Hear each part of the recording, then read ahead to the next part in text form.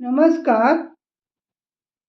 मराठी साहित्य व कला सेवा आयोजित संविधान जागर काव्यवाचन उपक्रमात मी सौ श्यामल अविनाश कामत, पलावा डोंबिवली इथून भारतीय संविधान ही कविता सादर करत आहे.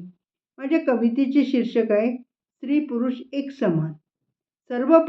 प्रथम मी भारतीय युग पुरुष डॉक्टर बाबासाहेब आंबेडकर यांना मनस्पूर्वक प्रणाम करते. त्यांनी भारतीय संविधानात अनेक तत्त्वे लिहून माणसाला माणसासारखे जगायला शिकविले, माणुसकीचे दर्शन घडविले. तर ऐका माझी कविता.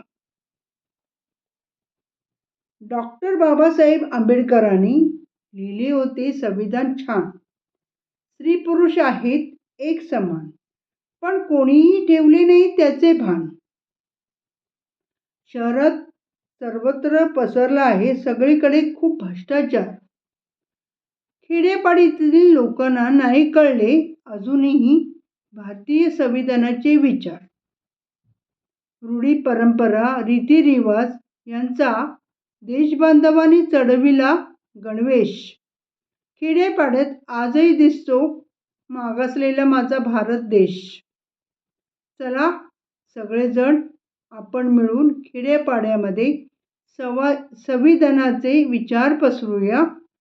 खेड्यातील देशबांधवांच्या मदतीने आधुनिक काळातला भारत गण बनवूया.